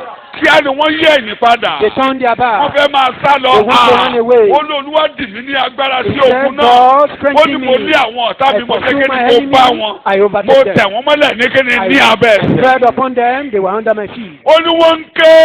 Shout. Ọlọ́run ò gbọ́. God refused to Láti listen to ọjọ́ them. yẹn Henceforth. bí ọ̀tá Of bá that ké day, kóun fẹ́ ṣiṣẹ́ kan lórí If ayé the rẹ enemy wants to ọlọ́run do ò ní anything in gbọ́gbẹ́ your ọ̀tá life, lórí God will ọ̀rọ̀ not listen to them. lórí ẹsẹ̀ dìde ọlọ́run ò ní gbọ́gbẹ́ ọ̀tá God lórí will ọ̀rọ̀ not listen to enemy over my ò ní case. gbọ́gbẹ́ ọ̀tá lórí Will ọ̀rọ̀ not listen to enemy on my case. ní orúkọ Jésù ni mo gbàdúrà. In Jesus' name we pray. ẹ̀bẹ̀ àdúrà tí ọ̀tá bá béèrè lọ́wọ́ ọlọ́run Any ìtẹ́ńsán ọkàn rẹ̀ lórí ayé rẹ̀ request ọlọ́run ò ní gbọ́ His plan, God kò will not ní listen to ṣẹ it. It will not come to pass. lórúkọ Jésù ìmọ̀nà ò ní dúró. It will never ọbẹ̀ stand. Jésù di ìgbèkùn ní ìgbèkùn. Jesus took captivity captive. Jésù di ìgbèkùn ní ìgbèkùn. Jesus took ó ti captivity dí captive. ọ̀tá lẹ́yìn lórí ọ̀rọ̀ mi. He silenced the enemy on your case. ní orúkọ Jésù Kristi Olúwa wa ni a gba àdúrà. In Jesus' name, our Lord, we pray. Jókòó dáadáa. Sit right. ó ní ní ọmọ àká mo fẹ́ kàkà bíbélì yẹn tán mo fẹ́ kàkà bíbélì yẹn tán mo fẹ́ torí tó máa dì mú tó a máa fi jẹ́wọ́ nínú ilé yẹn tẹ́nìkan bá sọ pé ṣe ló máa jìyà ó ti wọ́n tó ìyàtọ̀ máa jẹ́ bó ti wọ́n ọdún yìí lọ ò ní rí kankan nílẹ̀ sọ fún pé n tó dáa jù nínú ọdún The yìí best èmi ni o. of this land will be mine. èmi bọ̀ wá jẹ́rìí lọ́dún tó ń bọ̀ o. I'm coming to testify here next ẹ̀rì o week. ẹ̀rì o kódà I'm àgbẹ̀tẹ̀ bá ti coming rí to ní báyìí testify. lẹ́ẹ̀ máa rí ẹ̀rí pé ohun tó dáa As jù you ni are wọ́n ń ṣe seeing fún me, bọ́dà you will Peter be seeing ohun tó dáa jù ni wọ́n ń ṣe testimony fún that bọ́dà I've Peter. got the best of the land. In Jesus' name we pray. Amen. ẹ máa rí Jésù ní àgbàdúrà. wípé tí mo bá gbọ́ wọlé kinní kan màá ṣe àṣeyọrí níbẹ̀. You confess that anything I lay mi my ò hand ní on will be successful. ṣàṣeyànú mi ò ní ṣàṣeyàwọ́ iṣẹ́ mi á léèrè n ò ní nájà mẹ́ta mẹ́ra èmi ò ní pòfó nípa ẹ̀jẹ̀ Jésù tó kú tó díje màá ṣàṣeyọrí ògbóṣọ. ọmọ mi kan ló ń jẹ́rìí àwọn ẹ̀rí pọ̀ o. There are so many ó lóun testimonies. dúpẹ́ lọ́wọ́ One Ọlọ́run of them said, ó lóun "Thank tà God òun that rà he's selling his ìwọ náà ń land." gọ́. What about you? lọ́dún tó ń bọ̀ yìí màá This tà coming màá year, rà. I will buy and sell. Eo I will buy and eo sell. eo I buy and sell. Jésù Olúwa wa. In Jesus' name we pray. Only in that he went up he first of all Níbi went ó gòkè down lọ, ó kọ́kọ́ he sọ̀kalẹ̀. went up to collect this. Ó gòkè lọ láti gba ẹ̀bùn. That's why you will have the best. Òun ló fi jẹ́ pé wà He ní has ètò dára gone jù. up ibi tí èrè wà ló lọ ibi tọ́lọ́run tó ire sí. We are God. Ibẹ̀ ló lọ. Gather those good things. Bàbá o. There. Níjọ́ tí ẹnìkan jókòó. When someone Pé Jacob. sat down, Péṣe ló máa Jacob, gbóko. that we go empty-handed. Sẹ́kọ̀ọ́ mi yé Do you mi. understand? Eo. Do we understand Nǹkan tí Nẹ́bánì sọ. what Kò Laban lè ṣeé ṣe lábẹ́ ọ̀run. It's impossible. Ewúrẹ́ funfun gbòò kò lè bí A pupa àti white dúdú. goat can never give birth to a Oléwúrẹ́ black dúdú goat. sínú ọgbà. Oléwúrẹ́ funfun sínú You ọgbà. have a white goat Ó in wá your ní kó garden, wá bú pupa and àti you are dúdú. expecting Kó ní pupa kó ní funfun. A Kí ló ti brown- fẹ́ ṣẹlẹ̀? brown, black, Ew. red, color key. Tí ewúrẹ́ dúdú bá bá funfun ṣe. If a black Ó goat lè bí appear funfun. with Ó dẹ̀ lè white bí goat, dúdú. there Àbí will bẹ́ẹ̀ be kọ́? this color. Kò lè bí pupa. You will give birth to a Ew. this color. Àwọn ọmọ ti kọ́lọ̀dù ni wọ́n sọ pé ó máa jẹ́ ìpín tirẹ̀. So Multicolor. ìtumọ̀ ẹ̀ ni pé àṣẹnu ni ìwọ Jacob ò wá sèmi lásìnù. That you Sọ bẹ́ẹ̀ èmi ò ní ṣe àṣẹnu. I will not walk in vain. Ní orúkọ Jésù ni mo gba àdúrà. In Jesus' name we pray. Ẹ̀kọ́ lè yí ọba yìí. You will now understand. Ọlọ́run wá sí ọ̀run. God now opened heaven. Ọlọ́run sí ojú Jacob wá rí i pé He opened àwa kó àwọn ewúrẹ́ wá látọ̀run. Jacob's eye, and that goat Ewúrẹ́ yẹn wá wá sínú ọgbà. descended from heaven. Àwọn ewúrẹ́ tó ní pupa tó ní funfun tó ní Goat, dúdú. he goes Wọ́n á to wọnú this ọgbà. color. They Wọ́n á now bẹ̀rẹ̀ enter sí into ń bá the garden. ewúrẹ́ funfun They ṣe. are having affair with those goats. Wọ́n bá ewúrẹ́ dúdú ṣe. Ewúrẹ́ yẹn kó àwọn akọ gidi. Àwọn akọ tí ara He wọn goats, jiná. strong ones. Kí ni mo pè é? Ọ̀run ló ti jáde wá. They came down from Bó ni heaven. wọ́n ti jáde wá. They came from heaven. Nígbà tí ewúrẹ́ bẹ̀rẹ̀ sí ń bímọ. When Kò bí funfun mọ́, the kò bí cattle dúdú mọ́. started bearing, Nǹkan tí Jacob ló máa ṣẹlẹ̀ yẹn ló bẹ̀rẹ̀ sí í ṣẹlẹ̀. what Jacob professed started happening. Ntí Lábánì ní kọ́ máa bí. Wọ́n bí ewúrẹ́ God, pupa dúdú funfun. Laban want them to torí to produce. ó That was gòkè what lọ sí started ibi happening. gíga. Because he Ó ascended fi to the ẹ̀bùn high fún ènìyàn. and give gifts to man. Ó fi ẹ̀bùn fún ènìyàn. Give man Ọ̀run ní ire mi wà. my goodness is in heaven. Ọwọ́ Ọlọ́run ní ire mi wà. My good things Ọwọ́ Ọlọ́run ní ire mi wà. they are in the hand Dìde of lórí God. ẹsẹ̀ rẹ. Rise up on your feet. Látòrí ìtẹ́. Release it torí Jésù ti lọ síbẹ̀. Release them from above because of Jesus. Ní orúkọ Jésù ni mo gbàdúrà. In Jesus' Torí name pé we Jésù pray. gòkè lọ ó fi ẹ̀bùn fún ènìyàn. Ẹ̀bùn ní Jesus ascended the ẹ̀bùn ní demon. ọmọ. Mo release ọmọ látòrí ìtẹ́ wá. That receive my child from Ẹ̀bùn ọmọ above. kó sọ̀kalẹ̀. Let the child descended. Ẹ̀bùn ọkọ látọ̀run kó sọ̀kalẹ̀. Let them come down. Ẹ̀bùn ìlera The gift of healing. látòrí ìtẹ́ kó sọ̀kalẹ̀. Let them come down. Ẹ̀bùn tó o ṣe tó o máa jẹ tó a máa rẹ́rìn. The gift Kó sọ̀kalẹ̀ látòrí ìtẹ́ wá. Let them come down in the name of Jesus. Ẹ̀bùn ní ọ̀run ló ti ń wá. It's a gift. They come from heaven. Ẹ̀bùn ní ọ̀run ló ti ń They wá. are gifts. Jésù ti gbẹ́bọ lórí ìtẹ́. Jesus has taken Ó ti sacrifice of gòkè the lọ. altar and he ascended. Every good gift Ohun ẹ̀bùn rere gbogbo. ó ń wá láti ọ̀dọ̀ bàbá ìmọ́lẹ̀. Let them come from Gbogbo the ẹ̀bùn Father of rere God. gbogbo tó máa ṣe ọ́ All láǹfààní. good gifts that Ní orúkọ benefit Jésù you. kó wọnú ayé rẹ̀ la. Let them come to your life in the name of Jesus. Mo lákọ ewúrẹ́ tọ̀run wá. I said he Ah. so descended from Gbogbo àwọn tó yẹ kó lóyún látọ̀run wá. all Kó those ojú who wa are lórúkọ supposed to be Jésù. pregnant. Let them have Gbogbo ẹ̀dùn yẹ right kó now in bímọ the name of látọ̀run wá Jesus. kẹ́ máa bímọ lórúkọ Jésù. Let them come from Ẹ̀dùn every yẹ kó seed. lọ́kọ látọ̀run wá kẹ́ lọ́kọ. Kẹ́ Those who níyàwó. are looking for Kẹ́ lọ́kọ kẹ́ níyàwó. have your children. Ò ní fọwọ́ tálẹ̀ mọ́. You will no more grow. Gbogbo ẹ̀yin tó dorí kodò ẹ gbórí Those sókè. who are bowing down, lift up your head. Ẹ̀yin tó nira fún láti gbélé ayé. Those who is difficult for Ẹ̀bùn ìtura látòrí ìtẹ́kọ̀sọ̀kalẹ̀ wọnú ayé. gift of comfort, let them come upon you. Jésù gòkè lọ sí ibi gíga. Jesus ascended to the Ó high di place. ìgbèkùn ní ìgbèkùn. He take captivity captive. Sẹ́ni tó máa diwọ́ yín mú kẹ́ máa No múre one yín will mọ́. hold your hand not to have your good thing. Ọwọ́ yín yóò tẹ̀rẹ̀ yín. Your hand, you will get your good Ọwọ́ yín thing. yóò tẹ ayọ̀ yín. You will get your joy. Jesus name I pray. Ní orúkọ Jésù ni mo gbàdúrà. Sit down. Ẹ jẹ́ ká jókòó. 2. Èkejì, Ẹnu ẹ ló fi máa sọ. you will Mo confess. yá èdè lóní. I borrow this language. Ìdí tó fi máa rí the best. Why you Àwọn will ọmọ bọ́ nínú ìnira. The children Ẹ are bọ́ lóko free ẹrú. from affliction. You are Ẹ̀yin free ọmọ from ẹ̀ ní slave. sanwó bodè lórí ilẹ̀ You yìí. children, you have no gate fees to You pay. won't pay tribute before you feed here. Oh, ní sanwó obode. Ẹ Kó tó ní tẹ̀ ní. sanwó bodè kó tó dáa fún yín No lórí more ilẹ̀. tribute because Ẹ̀yin God ọmọ is with tó you. bá ti jọmọ Ọlọ́run ni He ọ́. is a child of Ẹ God. ní sanwó bodè. No more tribute for Jésù you ló wí today. bẹ́ẹ̀. Jesus said it. Matthew chapter 17. Ìwé Matthew orí We read kẹtàdínlógún from verse 24. láti ẹsẹ̀ ìkẹrìnlélógún. Ẹsẹ̀ yẹn kan ni mo ẹ̀yin òun nìkan ni mo máa lò. I Mo will ti bọ́ sí use kókó that kejì verse o. Ẹ̀yin ọmọ mi ò ìyẹn ò sí lórí fọ́nrán yín. That Nígbà Ó tí lè wọ́n bá dé wà lórí fọ́nrán Kàpánámù, ìgbésẹ̀ bẹ́ẹ̀ kan kà nílé. Àwọn Nígbà tí ọmọ wọ́n- bọ́. Àwọn ọmọ bọ́. the children are free. Matthew Bíbélì. 24. nígbà tí wọ́n dé Kàpánámù, When they arrived in Capernaum, Ẹ̀hẹ́n. àwọn tí ń gba owó òde tọ̀ Pétérù wá. the collectors of the alms shekel went up to Peter 24 rather. Wípé olùkọ́ni yín kì í san owó òde. and said, "Does not your teacher pay What? the alms Ẹ shekel?" kàn fẹ́ máa Capernaum yẹn. Ibẹ̀ ní Jésù ṣe iṣẹ́ ìyanu tó ga jù láyé. That Capernaum, that was where Jesus Olùkọ́ yín ò sanwó òde. Ó dẹ̀ ń dáa fún lórí ilẹ̀ yìí. Your Ó master sanwó ọmọ didn't pay nílẹ̀. the tribute. Ó Yes, sanwó ọmọ nílẹ̀ kó lè dá fún. he didn't pay for the Lórí landlord. adájú eléyìí tó bá sanwó ọmọ nílẹ̀.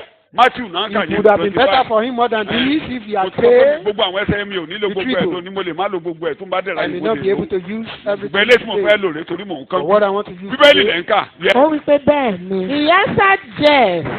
Nígbà tí ó sì wọ ilé, And when he came home, Jésù síwájú rẹ̀. Jesus spoke to him. Ah. Ó bí pé Pétérù fẹ́ kó ba. Jésù lọ Peter wájú was rẹ̀. trying to Jésù implicate ní him. ìṣẹ̀lẹ̀ ọdínà mọ́. And Jesus, Ọwọ́ ọ̀tá la ti máa ń gbowó ilẹ̀. from whom the Ọwọ́ ọmọ ni people, tàbí ọwọ́ from the àlejò. children of the stranger, Ta ló máa sanwó ibodè? who Sí are those àwọn people ọmọ that ni normally pay àbí àwọn tribute? àlejò? The children of Wọ́n ní strangers. àwọn àlejò. And they said the strangers. Tó bá jẹ́ bẹ́ẹ̀, àwọn ọmọ If kékeré ni that wọ́n is the bọ̀. case, then the children are free. Ilé tí mo fẹ́ lò láàárọ̀ yìí. That is the language I want to use. Àwọn ọmọ kékeré ni wọ́n The bọ̀. children. 126.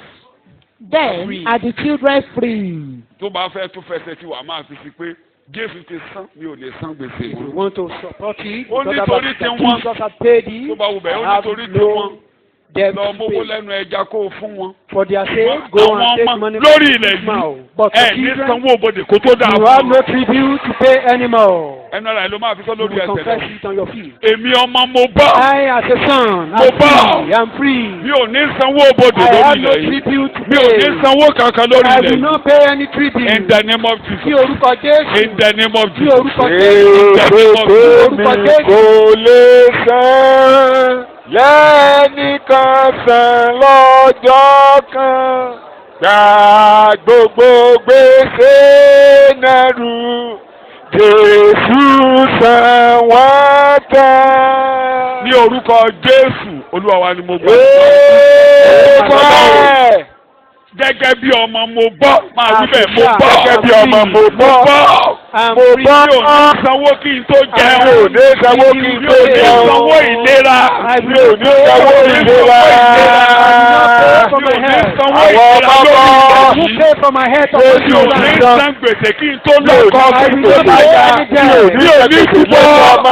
Mi ò ní gbẹ́bọ lórí ilẹ̀. Mi ò ní gbẹ́bọ lórí ilẹ̀. Mi ò ní gbẹ́bọ lórí ilẹ̀. In the name of Jesus. In the name of Jesus. Jésù ti san wọ́n. Ó ti san gbèsè.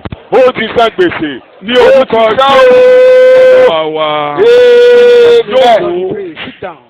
Ṣé ẹ rí àwọn àjòjì? The stranger. Àwọn àjòjì bí èdè bàbá Paul. Àwọn àjòjì sí ìlérí. Àwọn àlejò sí májẹ̀mú.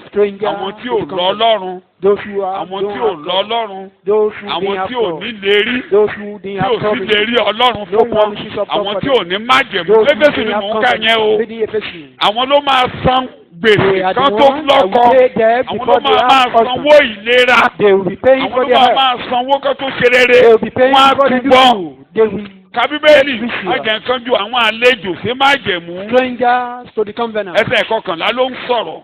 Ẹsẹ̀ Éfésù orí kejì. Ephesians chapter 2. Kó o mọ àwọn tó máa sanwó lórí Nítorí ilẹ̀ To lò. know those who Tó o bá will jẹ́ pay. kan lára wọn, wà á sanwó. Therefore, Yes. remember that ní ìgbà àtijọ́ rí at one time èyí tí a ti jẹ́ kèfèrí nípasẹ̀ ara. you were Gentiles, heathens in the flesh. Gbogbo kèfèrí tí ò rí gbàlà. Àlejò ni wọ́n. Yẹ kí ni wọ́n yẹ. Sí àwọn tí a ń pè ní akọlà tí a sọ wọ́n ṣe ń pè ní aláìkọlà. Called uncircumcision by those who Ìtumọ̀ call ló fẹ́ dé themselves yẹn. circumcision. Yes. Pé ní àkókò náà Yes. Remember that ẹ̀yin wà láì ní Kristi. Ẹ ní You are Jésù guided olùgbàlà ẹ̀ ní separately. gbàlà. Yes. living apart from Christ. Yes. Ẹ jẹ́ àjèjì sí àǹfààní àwọn ọ̀lọ̀tọ̀ Ísírẹ́lì. Gbogbo àǹfààní Excluded. májẹ̀mú àti ìlérí Ọlọ́run All the privileges. ẹ ò lè kílèmù ẹ̀ kò jẹ́ nǹkan kan. Àti Gbogbo àwọn àlejò sí yẹn àwọn máṣẹ̀mú ìlérí ìlú. wọ́n á gbẹ́bọ oríta. They will Wọ́n á pọn mèrè fọ̀. carry ritual, Wọ́n á fòròró kun rí. fresh water, anointing. Tí wọ́n bá fẹ́ oil. ṣègbéyàwó. If they wọ́n want á to túbọ̀, marry, they will have wọ́n to mú make ìṣà wọn sacrifice lọ. or make ritual. Gbogbo àwọn yẹn gbọ́dọ̀ sanwó òbodè. All such people must pay tribute.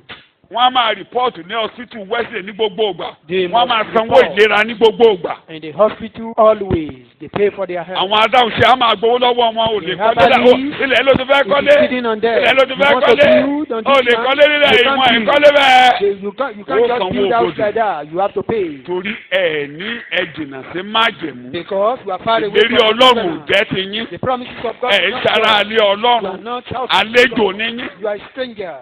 Níta àkàlẹ́ ẹ̀kan nìyẹn. That Àwọn is àlejò ló ń sanwó. The stranger. Àlejò dà níbí láàárọ̀ yìí. We are stranger here. Àwọn ọmọ dà. Where are the children? Sọ bẹ́ẹ̀ ọmọ ni mí. I'm a child. Mi ò ní sanwó òbodè. I will not pay any. Mo bọ́. I'm free. Mo bọ́. I'm free. Mo bọ́. I'm free. Mi ò ní túbọ̀ kí n tó ṣe I báyìí will báyìí. not offer any sacrifice before doing good. Ní orúkọ Jésù ni mo gba àdúrà. Amen. In Ó yá wò mí Jesus' name I lójú. pray. Challenge tó dojúkọ tó máa tó ń dé tó ti ń dẹ́rù bà ọ́. That challenge that is Tọ́pọ̀lọpọ̀ threatening jẹ́ mi ní you. ká kó lówó torí ọdún lọ sópin tó ń You ká are now kó. Ìdílé lórí ẹsẹ̀ rẹ. remaining Mi ò ní because túbọ̀. going on. Mi ò ní Right san on your gbèsè. feet. Mo bá mi ò ní san gbèsè. I have nothing to Kí pay. n tó rí eléyìí gbà lọ́wọ́ Before I Ọlọ́run. receive thee, Mi ò ní san kankan lé lórí. I have nothing to Torí pay. ọmọ ni mí. Ní orúkọ Jésù Olúwa wa ni a gbàdúrà. In Jesus' name our Lord we pray. Lára àwọn ẹsẹ̀ yẹn, ó ní ṣé bàbá lè má ṣe yọnu fọ́mọ. One of the verses said, "Can a man not be pleased Ṣé ó lè gbàgbé? with his children? Ó ní Can he sọmọbìnrin forget? máa ń gbàgbé ọmọ ẹ̀ kó má fún Can a lọ́mú. woman forget Ó his ní wọ́n lè child?" gbàgbé. He said, "Yes." Bàbá ò lè gbàgbé mi wíbẹ̀, ó But lè you cannot gbàgbé mi. forget me. Ó lè gbàgbé mi. Pé ọmọ ni mí lọ́dọ̀ I'm rẹ. a child before you. You can't forget me. Ní orúkọ Jésù Olúwa wa ni a gbàdúrà. In Jesus' name we Jẹ́ kí pray. n tún mú kan níbẹ̀ sí mo ní mi ò ní Let me mọ̀ take máa another pa one. mú. Jókòó, nínú Hébérù orí kejìlá ni, ó ní ẹ̀yin wá sí òkè Síónì, We need ó ní to pray. ẹ wá sí àárín ìjọ àkọ́bí 23, ìjọ àkọ́bí To the church of tí the a first kọ born, orúkọ wọn níbo. in which Bó lórúkọ rẹ wà, Where is your name? bó today? nílé rẹ wà nígbà yẹn. Where then is your good or Ẹni goodness? akórúkọ ẹ lọ́run tó máa ráre lórí ilẹ̀. Someone that his name is written Hey! in me, suffer and Orúkọ mi ń bẹ lọ́dọ̀ rẹ My bàbá. name is in your presence. Orúkọ mi ń bẹ lórí My ìtẹ́ rẹ name is on lókè. your throne. Ó mọ̀ mí, rẹ́gísítà àwọn ọmọ orúkọ mi wà My níbẹ̀. name is in the register of Ibi people. ẹ̀jẹ̀ ìbùmọ́ ni mo wà. I'm in the place of Ibi the ẹ̀jẹ̀ Spirit of ìbùmọ́ the ni mo Lord. wà. I'm in the place of the Spirit So of I the will Lord. have the best, Kí n lè ní èyí tó dára the jù. best on this land. Màá ní èyí tó dára jù lórí ilẹ̀ yìí. You will sustain me. Wàá dì mí mú. Ní orúkọ Jésù ni mo gbàdúrà. In Jesus' name. Ìkẹta, mo ń kánjú. It is unlawful, unlawful. Tó lòdì sófin. Kán wá máa ní àwa tí a jẹ́ ọmọ Ọlọ́run We yìí. children of Kán God. máa tún di ẹrù lé wa lórí. For somebody to be adding load Ew. to our load. Ó lòdì sí òfin. It contradicts the Bí àwa law. ọmọ Ọlọ́run kan tó wá máa di Children ẹrù of lé wa God. lórí. Someone to be adding load. Ó lòdì sí ìlànà. It contradicts the principle. Ẹni bá fẹ́ wá di ẹrù lé lómi lórí, ó tako ìlànà. That want to Ọbẹ̀ any ó other tako person. ìlànà. It contradicts the Ó ordinance. tako ìlànà. It contradicts. Àwọn òjíṣẹ́ Ọlọ́run alààyè. Ó We, lòdì sí the ìsanwó servants of bóde. living God. Ó I lòdì have sí no ìsanwó duty- bóde. I have no duty to pay. Amen. Amen. Wẹ́sà ló ń kà yẹn níbi tí wọ́n ti ń kọ́lé Olúwa pé àwọn òjíṣẹ́ Ọlọ́run wọ̀nyí gbogbo iṣẹ́ ilé tán máa ṣe nínú àwòrán ìjọba pé a ò ní gbowó bodè lọ́wọ́ wọn. We have no duty to Ó collect ní from sanwó them. bodè lórí ilẹ̀ yìí. You I will get the best. Èyí tó dára jù ni wà á rí Number gbà. 3. Ìkẹta. Number 3. Ọlọ́run yọ́nú. God is appeased. Má gbàgbé o. Don't forget. Torí èṣù á máa sọ fún ọ pé Satan ọ̀ràn will tí be pé threatening you. Don't you òbínú sọ́kọ̀ ẹ̀ remember? lánàá. Ọ̀ràn tí pé ẹlòmíràn yẹn ti máa ń ṣépè. Some. Èṣù á sọ fún ọ tí wọ́n tó ṣépè lánàá. Satan will remind you that you cursed yesterday. Ọlọ́run ti yọ́nú. For God is appeased. Jérémáyà Ìwé Jeremiah orí 50 chapter 50 ẹsẹ̀ 20. verse 20. Nǹkan tí Mósè ń wò níwájú pé sẹ́ẹ̀lì máa ní làwa ti níyẹn What ní Moses àwa was ti looking ní. ahead that Israelites will Ẹsẹ̀ achieve 20 with kà God. jáde ẹsẹ̀ 20. Jeremiah 50. In those days Yes. àti ní àkókò náà and Yes. at that time Uh-huh. ni Olúwa wí Ó says kọ̀ the sọ́tẹ́lẹ̀ Lord àkókò náà lónìí. Yes. This is the a ó day. wá ìṣedéédé Ísírẹ́lì kiri Yóò. The iniquity of Israel a ó will wá fall. ìṣedéédé Ísírẹ́lì kiri ṣùgbọ́n kì yóò sí mọ́. Gbogbo ẹ̀ṣẹ̀ rẹ̀ a ò ní rí ẹ̀ṣẹ̀ níwájú mi mọ́ lórí orúkọ rẹ̀. Sin will no more be Torí found upon my ó fi name. ẹ̀jà gbélébù parí ìjà. Because the cross of the blood of the cross Ló fi ṣe settled the ìlàjà ransom. ẹ̀jẹ̀ àgbélébù. The blood of the cross settle it all. àti ẹ̀ṣẹ̀ Níwájú- Júdà A wà nírí mọ́. Will be No, stopped, no but more. none will be found. Nowhere to be found. Ó yọ́nú sọ bẹ́ẹ̀ Ọlọ́run yọ́nú. That God is appeased. Ọlọ́run ò bá mi jà. God is no more Ó fighting dojú me. ìjà You kọ are mi. not waging war against me. Lórí ẹ̀ṣẹ̀ rẹ̀ ó bá mi jà. You are not fighting me. Ó dojú ìjà You are kọ not mi. confronting me. Ẹ̀ṣẹ̀ mi ò sí níwájú My rẹ̀. sins are no more in your Ó presence. lè rán olùṣe búburú lé mi You lẹ́yìn. cannot send accuser Ẹnìkan ò upon lè fi me. ẹjọ́ mi sùn No níwájú more rẹ̀. can accuse me anymore. Ní orúkọ Jésù Kristi, Olúwa wa ni a gbàdúrà. In Jesus' name, our Lord, we pray. Máa tẹnu mọ́ o. Emphasize on it. Torí ẹnìkan dédé kọlù ọwọ́ àwa ká kó lọ. Someone will just Pé ẹlẹ́ṣẹ̀ ni ọ. hit you, and you may Bọ́lọ́run ò lè dáríjì ọ ti ṣẹ̀ kọjá àlà. that you've seen. Bí àwa bá ti ẹ̀ṣẹ̀ nínú ìrìn àjò. If we sin along the journey, Àwa ní alágbàwí kẹ̀kẹ́ jù we àdúgbò have sọ ni o. an advocate. That is Akọ̀wé pé ẹ má máa ṣe o. It is written Ṣùgbọ́n that ẹ mọ ènìyàn ní yín. don't sin, but Bí a bá ti ẹ̀ṣẹ̀, àwa ní alágbàwí kan we have lọ́dọ̀ an bàbá. advocate in the presence of Orúkọ rẹ̀ ní in the Jésù. presence of the Wíbẹ̀ Lord. lẹ́ẹ̀mẹ́ta. His name is Jesus. Eo Olódodo. Àìmọ́ ò lè ṣẹ. Peradventure, you may sin. Kò sí ìgbà tó bá jẹ́wọ́ ni Jésù máa dẹjọ́ yẹn rú. None that will confess that God will Wọ́n ní pé tí ẹ̀yin bá rìn ní o tí ì jẹ́wọ́ o. You are yet to confess. O sáfólúwa.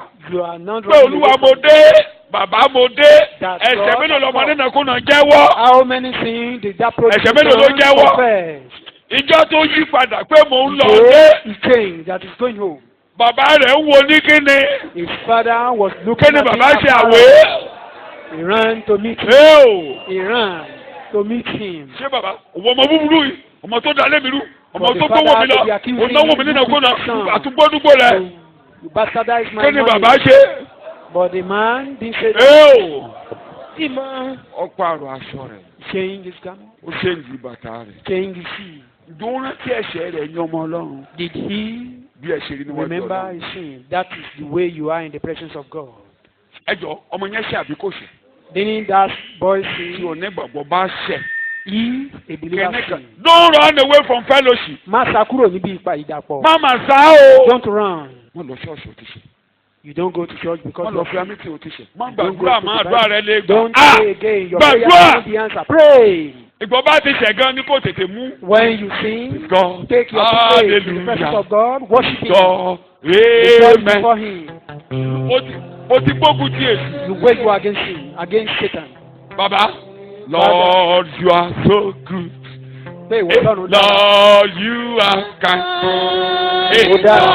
Lord, you are wonderful, my Lord, you are excellent. Hey, excellent is thy name. Oh yes. Excellent is thy name. Oh yes. Lord, you are wonderful, my Lord, you are Kó wá ní àwọn orin. excellent. Kó bá retí orin múwé Start orin. singing. Kó bá retí orin múwé orin. If you don't remember any song, you take your hymn book. Olè fọba. Olùdó. Ẹ̀gbọ́n ìgbà. Àti ìbẹ̀rẹ̀. àlàbò wá ní àtẹ̀yìn ìgbẹ́jẹ́. Ó gbẹ́nu ògo. Ọ̀gbẹ́ni ọ̀dọ́ ẹ̀rí ní ìyìn. Ọtí parẹ́. Ẹ̀tọ́ lórí rẹ̀. Ìmọ̀lẹ́ lájọ rẹ̀. Jọ̀bí rẹ̀. Ara mi tó ní kẹ̀kẹ́ inú rẹ̀ jẹ́. Ipa ọ̀nà rẹ̀. Ipa ọ̀nà rẹ̀ yàgò sí ní mọ́.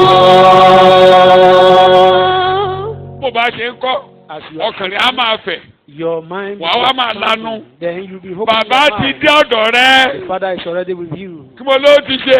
He is with you. Kò ṣe tá àti kàṣẹ̀ sí He's not ready Ọlọ́run. to accuse you.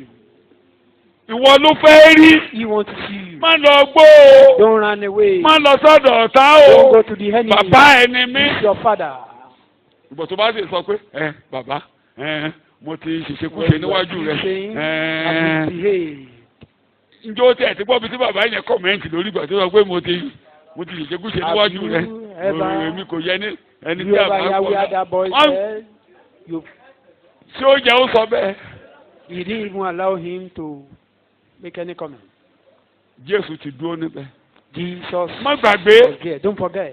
Mo tún padà síbi tí mo ti mú lẹ́ẹ̀kan kí mi so méjèèjì pọ̀. I return to Fẹ́nu ara my ẹ̀ sọ. days again. Ọmọ Ọlọ́run ni àwa ń ṣe ní ìsinsìnyí. Children of God, even now. Ta ni ó ní ìsinsìnyí? Ọmọ We are Ọlọ́run. children of God, even now. Ayé ò mọ̀ mí. The world, you know me.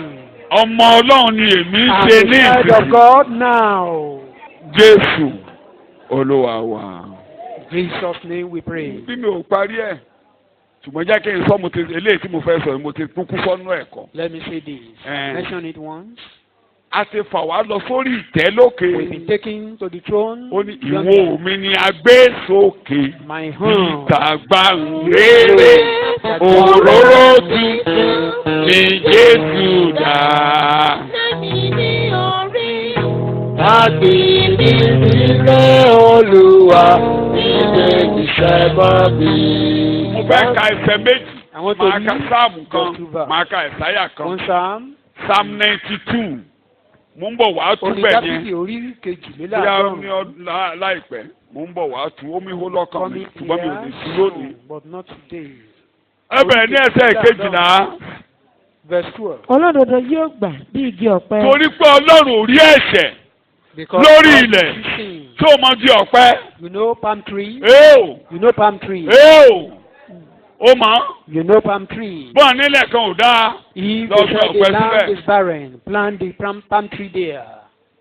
Ìgbà kan tó mi ń gba ìsàlẹ̀ yẹn mo ní tán bá gbin ọ̀pẹ sí gbogbo inú omi báyìí. Sometimes that water want to take over the sludgy area there. I said if they could plant palm tree here. Lọ àrí gbogbo ọ̀pẹ yẹn á dìde á gbèsò jáde. Á fa gbogbo omi ibẹ̀ mu. It will grow. Ẹ lọ nú aṣálẹ̀. Go to the wilderness.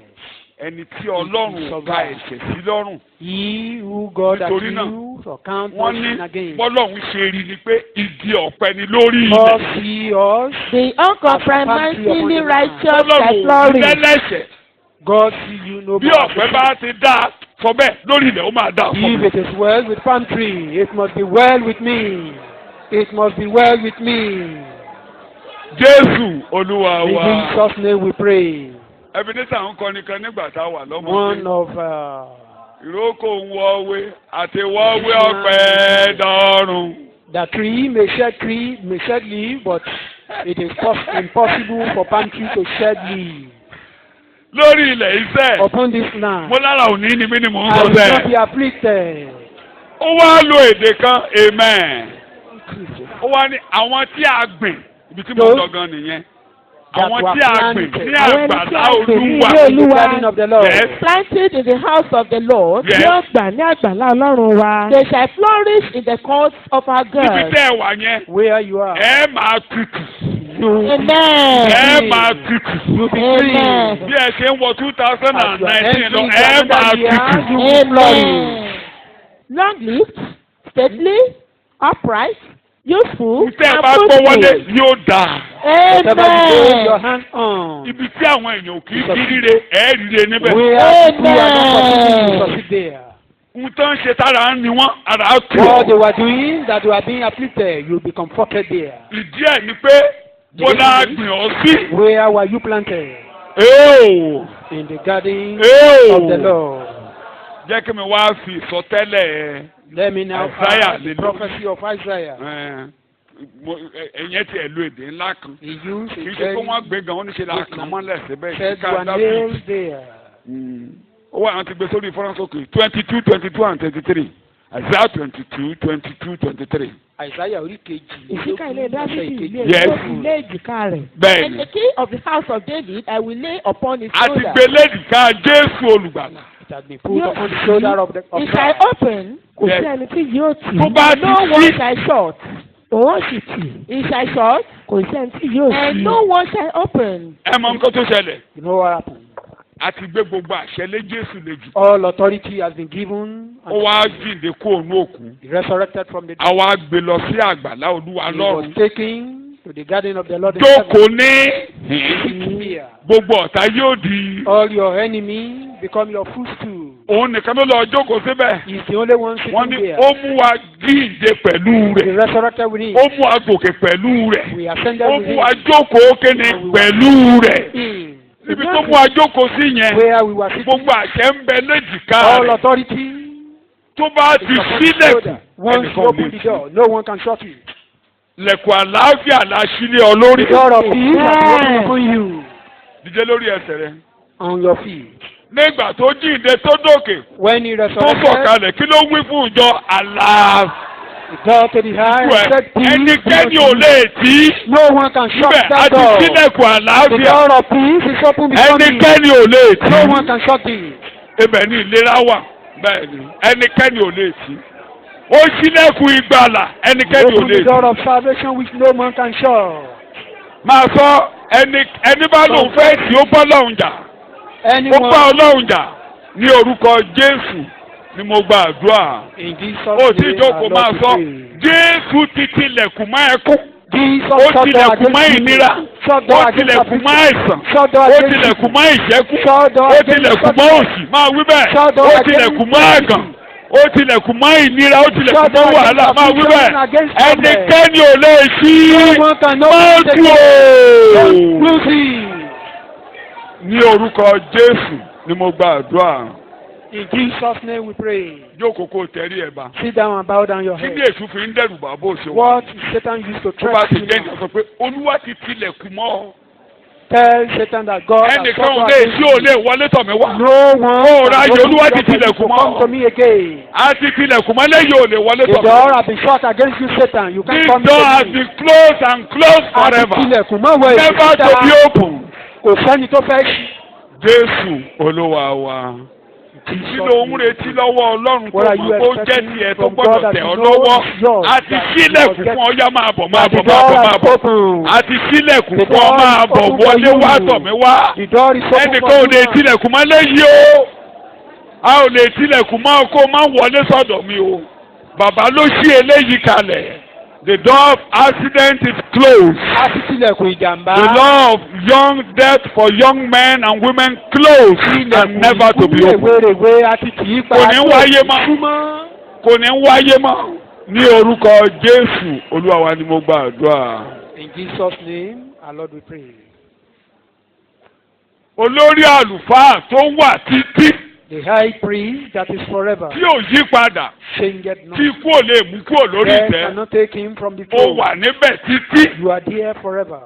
O lè ran ẹni gbogbo lọ́wọ́. You can help anyone. Ní gbogbo ìgbà tí wàhálà bá dé wà á dá sí ọ̀rọ̀ náà. Anytime when there is problem. Tó o wà níbẹ̀ lónìí láti dá sọ̀rọ̀ eléyìí. Step into our case. Nítorí náà lórí ilẹ̀ yìí sẹ́ mo ṣe wọ 2019 lọ́sẹ̀. Mo ní I will have your best. That we Gbàdúrà have the bẹ́ẹ̀ best ó of wà you. títí I will have your best. Ikú ò mú ọ kúrò. Death can never remove you. 2019 lè lọ òkú ò lórí ìtẹ́. 2018 may pass on, but you are Òkú ò lórí ìtẹ́. You remain. Ìgbà ń yí padà ó yí padà. Time can season and change. Ìgbà lè yí padà ó yí padà. Time can change. Ìgbà lè yí padà ó yí padà. Season can change. But Ó you yí get padà, not. bàbá. You get not to go.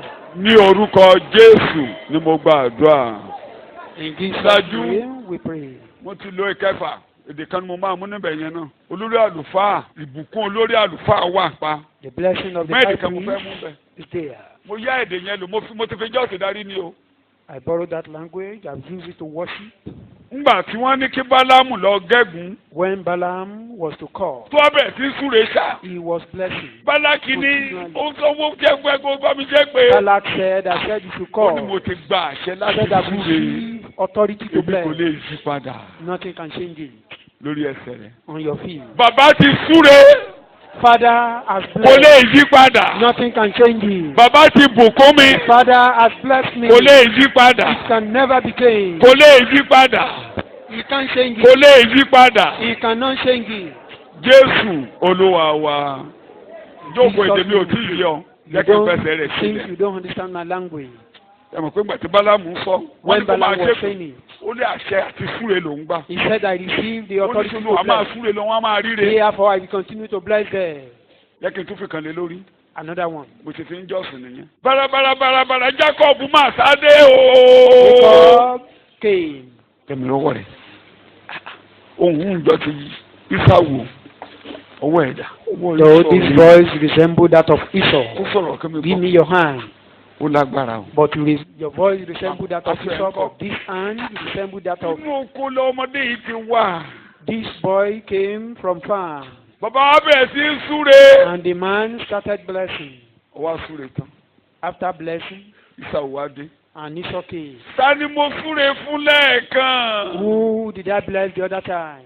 Peter Obed jọ súre fún mi bàbá. Just bless me. Mo ti súre fún. I bless him. Mo ti ló máa dá fún, á máa dá I said fún. it will be well with him. Mi ò lè ṣe ìdìgẹ́ tí mo sọ fún I mọ́. can't change it again. Mo ti lóun ló máa jẹ olórí I rẹ̀. said he will rule you. Orí ẹ̀ ló máa jẹ́. He will rule you. Be your head. Bàbá ò tún ní nǹkan míì tó máa sọ Father, fún don't mi. you have any Eléyìí tí mo wí ní blessing? ti ẹ̀yẹ́ mi ò lè yí The one padà. I said concerning him, I can't change it. Nǹkan tí Jésù ṣe nígbà tó That was jíjẹ kó what ònú òkú Jesus nìyẹn. did Tó bọ́ sáàárín àwọn àpòstélì tó sùn. when he was in the midst of the Ọ̀fẹ́sẹ̀ disciples. gbálẹ̀. Gbogbo He prayed ìnira lẹ́ẹ̀ fi every bímọ. affliction, Ẹ̀ní jẹun lórí ilẹ̀. all those Ẹ̀ fi copies jẹun. from the Ilẹ̀ máa Genesis, ṣẹ́kù. Operation them gbálẹ̀. all. Operation gbálẹ̀. Scrape them all. Fóun tá a fẹ́ fi jọ́sìn bẹ́ẹ̀ mú kárí ẹ̀kọ́ sí o. Ṣé ǹjẹ́ kọ́ yẹn yé ni? Do we understand Pé bàbá ti súre.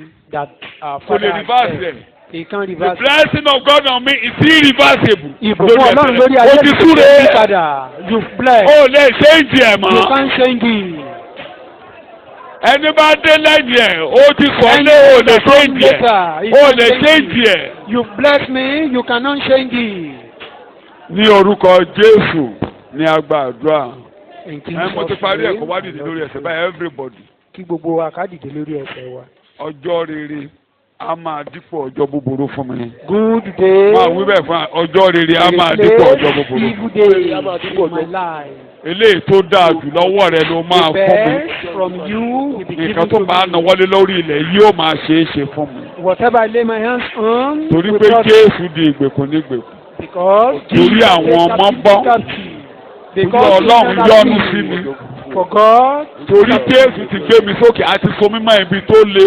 I've been nailed Bàbá ti túre kò lè yí padà kò lè yí Father padà. has blessed. Olórí àlùfáà tí ò lè ṣéǹjì ni mo ní tó máa ń dá sí ní ìgbà that gbogbo. cannot change. Jésù Olúwa wa. In Jesus' name. Ṣàmìyàn mẹ́ta kó kanlẹ̀. Amen. Jókòó díẹ̀. Let's sit down. Wá tú